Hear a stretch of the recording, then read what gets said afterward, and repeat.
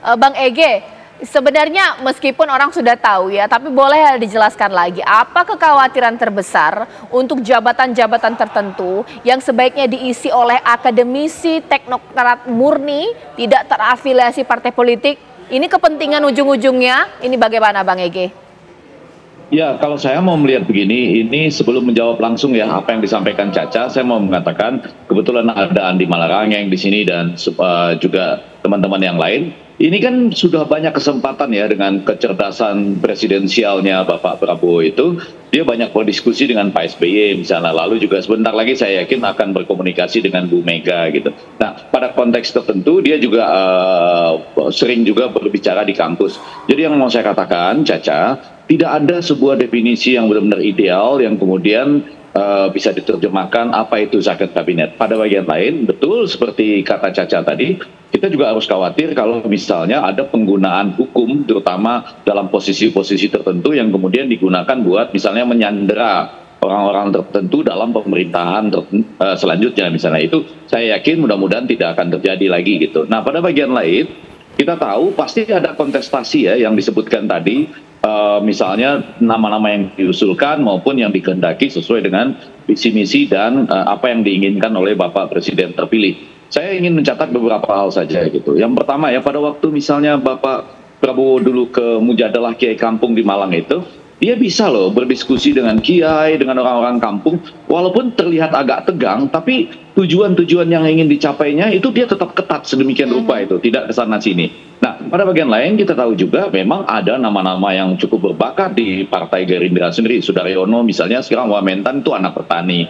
Tetapi pada komposisi kabinet yang sedang ada bisa juga misalnya ada Paiman Raharjo, orang bawah yang menjadi Menteri Wamen Desa, dan begitu banyak nama lain. Jadi pasti ada kontestasi, tidak bisa diharapkan begitu ideal, tapi jendelanya sekarang agak terbuka, terutama karena saya dengar jumlah kabinetnya akan banyak ya.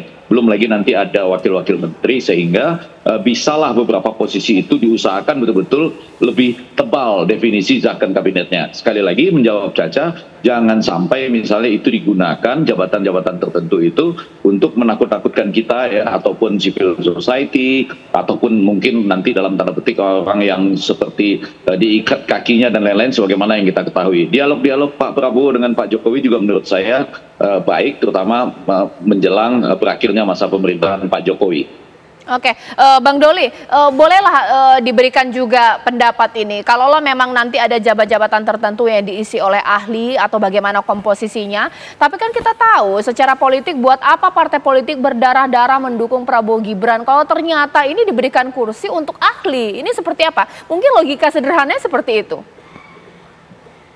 Enggak lah, saya kira kan seperti yang saya katakan tadi, kita jangan sekali lagi ya. Jadi jangan dikotomikan antara kalangan akademisi, profesional, teknokrat gitu ya dengan kalangan partai politik. Bangsa ini membutuhkan kerjasama di antara kita semua, ya. Adanya sinergi antara kader-kader partai politik dan juga para tenaga-tenaga ahli itu, teknokrat dan segala macam. Nah, itu yang saya kira penting untuk dibangun oleh siapa saja, di era mana saja di dalam penyusunan kabinet itu. Ya, jadi the right man on the right place itu yang paling penting, ya. Jadi saya kira dari pengalaman ya, karena memang presiden terpilih kita itu selama ini dengan sistem pemilu yang ada itu belum ada yang lahir atau terpilih hanya didukung oleh satu partai politik. Ya, pasti mereka dimenangkan atau diusung ya oleh gabungan partai politik.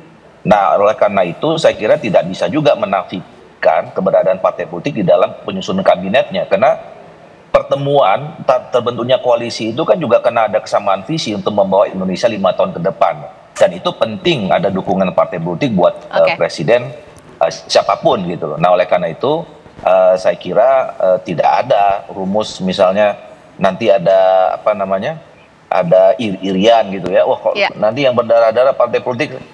Saya kira Pak Prabowo itu pasti tahu mana yang terbaik. Dia tahu siapa orang yang akan ditempatkan akan membantu untuk dia ke depan 5 tahun ini. Ya, sesaat lagi oke lah bahwa tidak ada iri-irian dari antar partai politik dengan juga akademisi. Tapi bagaimana jika nanti terjadi iri-irian dalam kader partai politik itu sendiri? Karena ketika Pak Prabowo sudah mengatakan seperti itu, partai nanti akan sodorkan nama-nama politisi yang merupakan ahli juga. Jadi politisi murni tidak ada sangkut pautnya dengan keahlian. Gejari dong, padahal begitu banyak mendukung Pak Prabowo. Sesaat lagi di Apa Kabar Indonesia Malam. Bang Andi Malarangeng, kalau begitu pupuslah sudah harapan dari politisi murni Partai Demokrat tanpa ada embel-embel ahli di bidang tertentu. Karena maunya Pak Prabowo sekarang begitu, bagaimana? Makanya jadi politisi harus juga punya keahlian. Ah ya, harus punya keahlian, dan sekarang juga partai politik sedang berlomba-lomba mencari ahli-ahli, pakar-pakar untuk masuk dalam partai politik. Hampir partai politik juga ada kadang-kadang ada semacam dewan pakarnya apa segala macam. Memang agak kesulitan bagi partai politik untuk merekrut akademisi dari universitas negeri atau peneliti dari BRIN misalnya, karena mereka ASN nggak boleh. Tapi kan kita bisa merekrut dari perguruan tinggi swasta untuk masuk dalam partai politik. Nah, sehingga kita punya kader-kader yang siap nanti kalau jadi anggota dewan juga punya keahlian, masuk jadi bupati, wali kota maupun juga jadi menteri, siap mereka. Bang Habib, mau sih partai politik saudara nama-nama yang memang politisi tapi juga ahli, tapi sulit juga partai politik punya kader mungkin ahli di bidang kedokteran atau mungkin teknologi, ini bagaimana? Menurut saya enggak juga ya, memang tapi kalau statusnya ASN atau tidak memang problemnya. Tapi kalau dalam konteks ahli kan nggak harus ASN, nggak harus pegawai negeri ya. Banyak sekali kader-kader partai politik berprofesi dan mempunyai keahlian di bidang tertentu.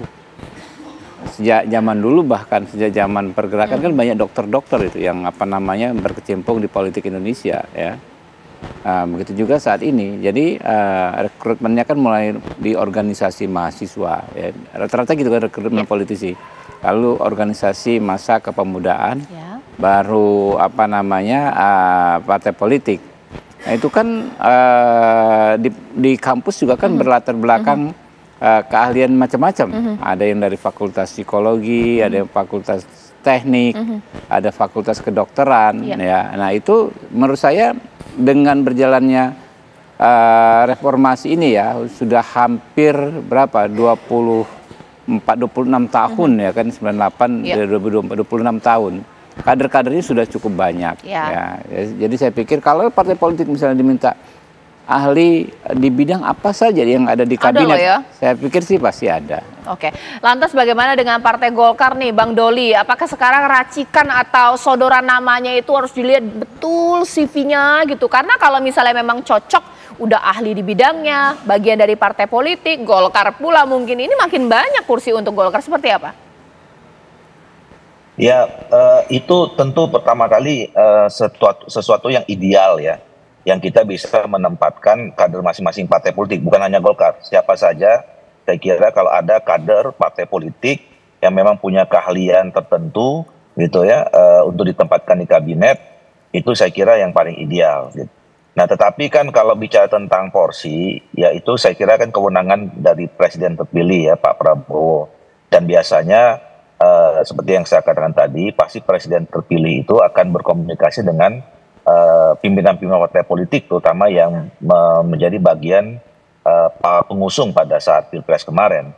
Dan kalau di Golkar itu kami sudah sepenuhnya menyerahkan kepada Ketua Umum. Itu memang yang pakem yang selama ini terjadi. Jadi Ketua Umum itu diberi kewenangan menjadi representasi Partai Golkar untuk berkomunikasi dengan Presiden terpilih.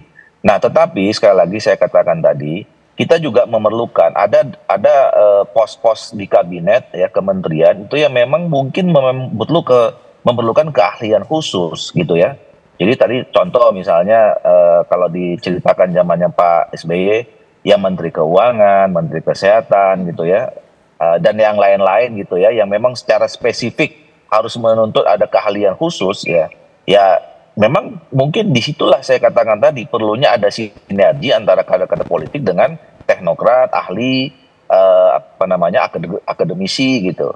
Jadi nggak harus murni di Indonesia ini tidak harus murni teknokrat atau akademisi yang tadi pakai definisi Zaken semuanya, dan tidak juga harus murni partai politik semua. Jadi kombinasi antara kader-kader partai politik yang terbaik yang bisa ditempatkan di tempatnya masing-masing secara ideal dengan adanya teknokrat, tenaga profesional, kemudian akademisi, itu yang saya kira akan membangun soliditas dan menjalankan pemerintahan di kabinet mana saja secara baik.